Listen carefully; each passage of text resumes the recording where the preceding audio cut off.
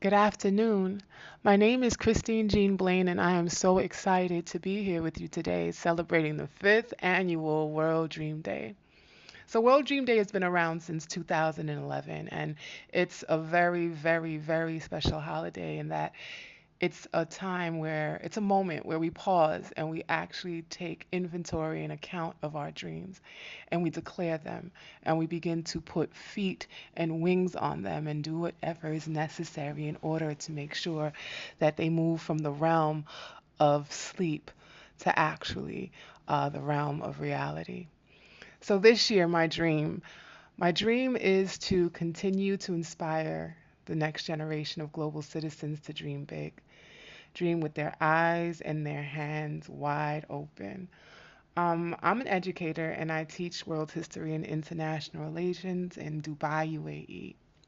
And without fail, every year, at some point in the year, I give my students the sentence starter in a perfect world, dot, dot, dot, and they have to complete the sentence. And almost always, I would say up to 50% of my students, 50% of my classes, whether they're young adults or older adults, have the same response.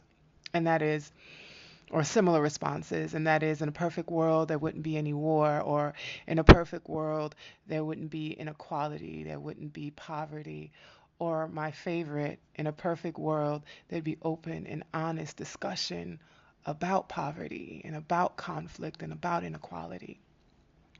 And I share with my students at the debrief of this activity, I share with my students that, when I was their age or when I was sitting where they were sitting, my classmates and I had similar answers. And there's one or two ways of looking at this. We could look at it and say, well, students will give generic answers because they think this is what the teacher wants to hear. Or we can look at it and say, we've been wanting this for a very long time. This is something that we always wanted, that many of us always wanted. So, of course, my students always ask, Miss, if peace and the end of poverty is something that people wanted since the 80s and the 90s, and maybe even before then, why don't we have it? And that usually sets the tone or it sets the theme of the class where we have to, as global citizens, create ideas and create plans on how can we create a lasting peace? How do we establish, safe spaces where honest discourse can happen about why there isn't peace or why there is poverty? So my dream is not only to inspire the next generation of global citizens to actually make those changes or create those safe spaces or create those policies, but my dream is also to help them do it. My poem. I come here cracked, but not shattered. Jigsaw jagged but whole.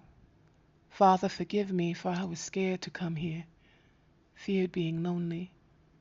Mother, make me strong, like love and blood, like tree and root, like tears and truth. I come here to remember all the dismembered, discarded memories, scattered across the horizon and hidden only by the rays of a rising sun. Like them, I hold no secrets. I come here to keep sacred, bleed honestly, enter into covenant with the forgotten pieces of me. I have held counsel, come to realize I can no longer eat silence and survive, so I have come here to save our lives. Now, I don't know all our names, but I promise you I know our story. And I can help us turn on the lights if you just work with me. Truth be told, I have come here for our babies, 'cause they only listen to what they see.